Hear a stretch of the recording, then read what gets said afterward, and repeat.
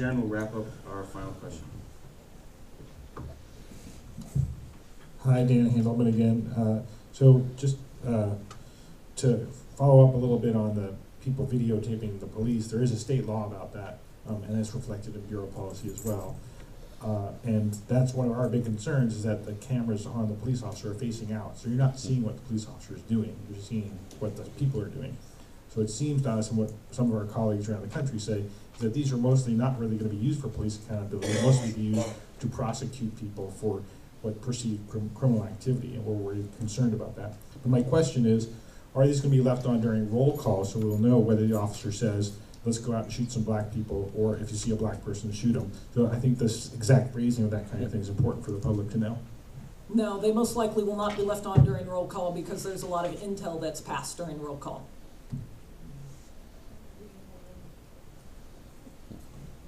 Robert? Okay. I'm a cop watcher, and I've ran into the same thing. I believe the U.S. Supreme Court ruled 10 feet. I'm a cop watcher. I film the police. I believe the Supreme Court ruled that there's 10 feet, like they did that on a traffic stop. That was a ruling. But yeah, I've had officers tell me to back up 2 blocks away and threaten to arrest me if I didn't do it. The latest was the homicide on 125th. They wanted us to walk all the way down to Stark, which would make it where there's no way for us to video. And then shortly after they did that, they cut the crime scene Stark, so there'd be no way to videotape what was going on up there. We wound up actually staying in the apartment complex and videotaping from one of the balconies. But yeah, the police will, and I've received word from several people that has complained to me that officers have made threats, like I'll shove that camera up your A and stuff like that. So yeah, there's issues with the police being filmed by people in the public. And anytime I hear something like that, I always try to get information so I can find out what officer's saying what. So that's what I wanted to bring up to you.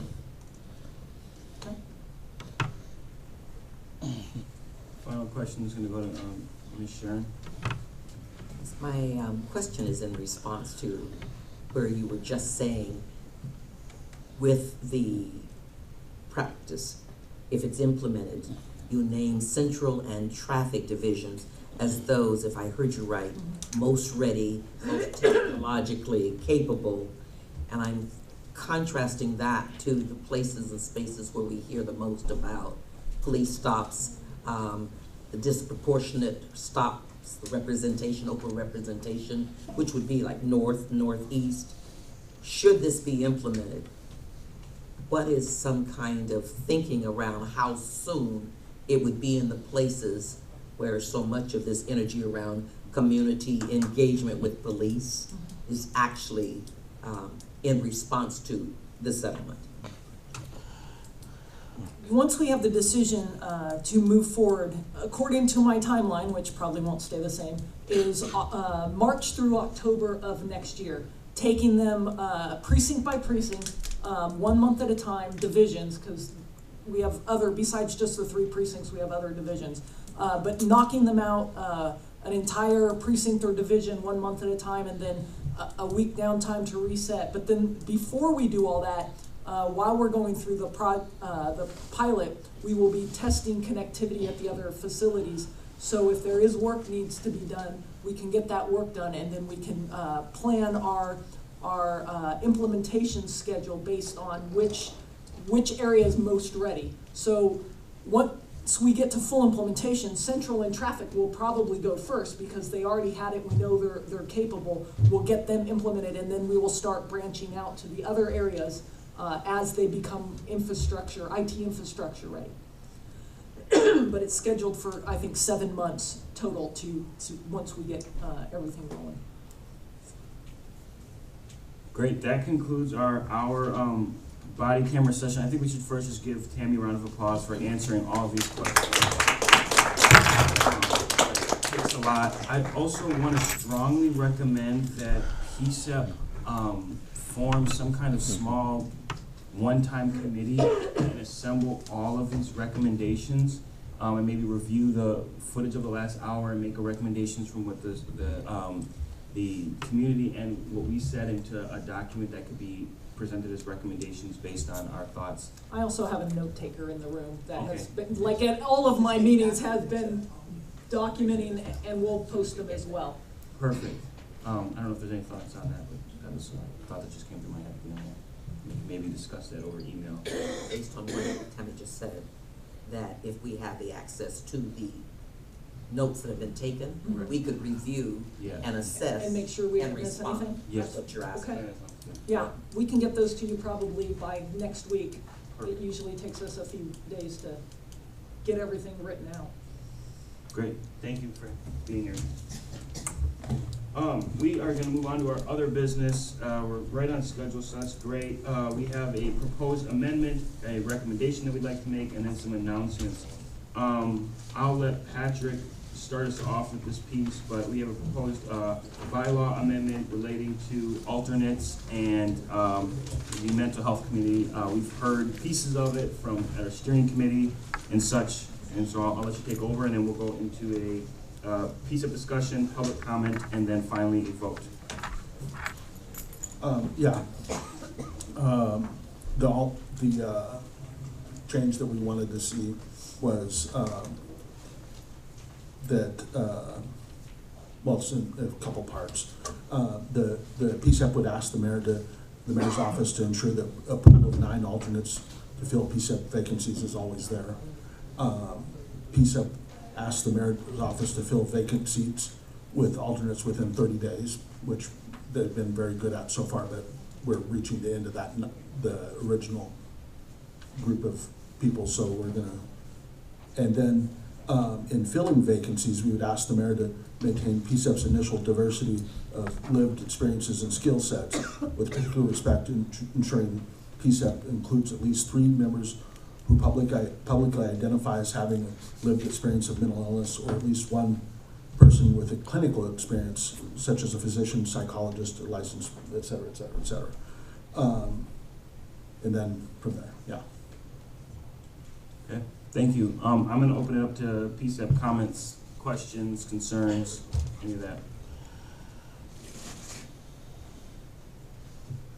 So my concern with this is that we may find ourselves recommending to the mayor's office that it ask people to disclose certain things about themselves that for a variety of reasons, they may not want to disclose.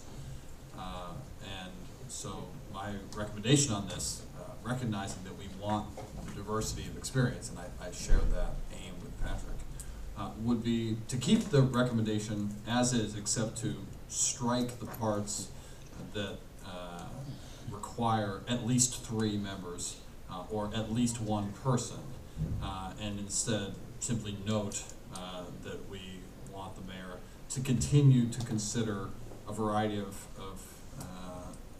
things, including a variety of skill sets, including and experiences, including people who may identify as having lived experience. That's my recommendation.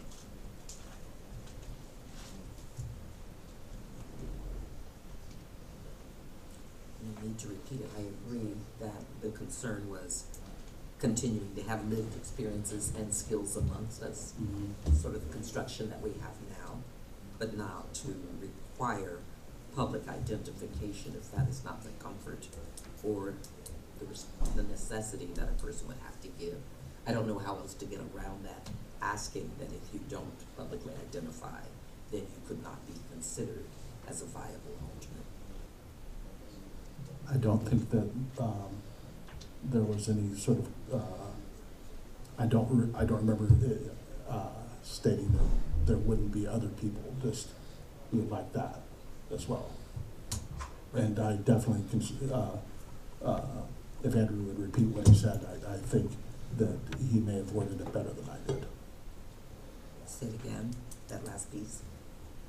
The last piece meaning what my recommendation would be on this? Yeah, So my recommendation would be to strike the at least 3 and the at least 1. So instead, it would read something like, in filling vacancies, PSEP asks the mayor's office to maintain PSEP's initial diversity of lived experiences and skill sets with particular respect to ensuring PSEP includes members who identify as having lived experience of mental illness and members with clinical experience. In other words, we would be making a value statement that type of lived experience was important to have on the committee. That's something I agree with. I think pretty much I can't speak with everybody, but I think there's consensus on that. Without having a number attached to it, which would then require us to ask people to disclose who may not want to.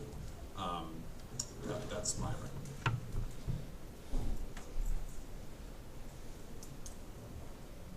I don't have like an additional recommendation. I think I just want us to consider that none of us knew what the makeup of the individuals were on this committee when we were seated.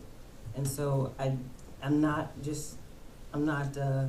high-fiving the mayor's office or anything like that. I'm just saying, I think that, that consideration is on their table. I think that's how we ended up with the number that we ended up with from the beginning.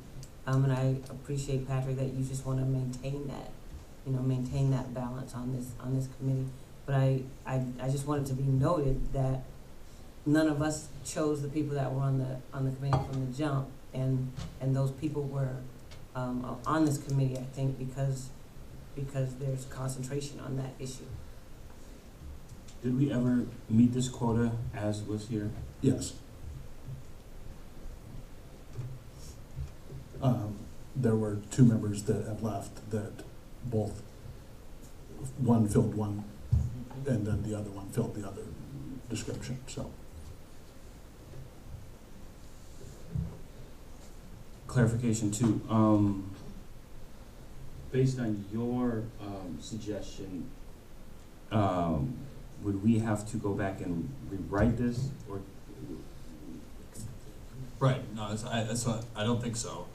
Again, I can read again what my suggestion is, and then I think we can vote on, of course, on Patrick's original. We can vote on my suggestion.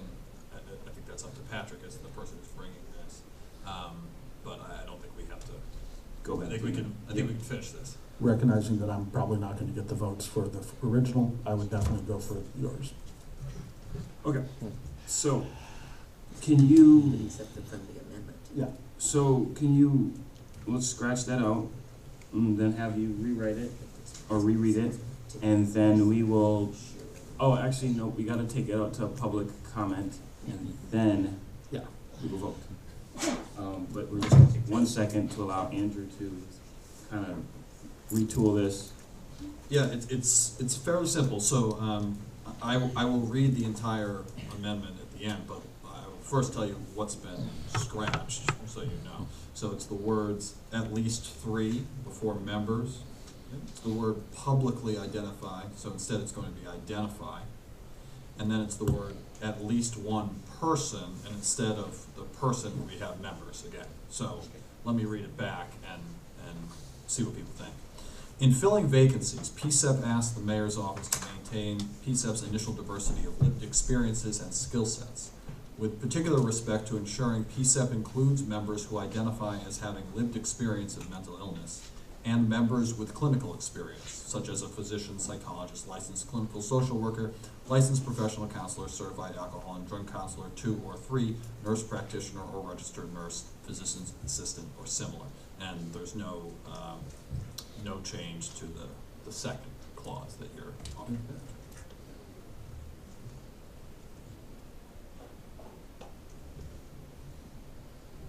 Great, we're gonna open up the public comment.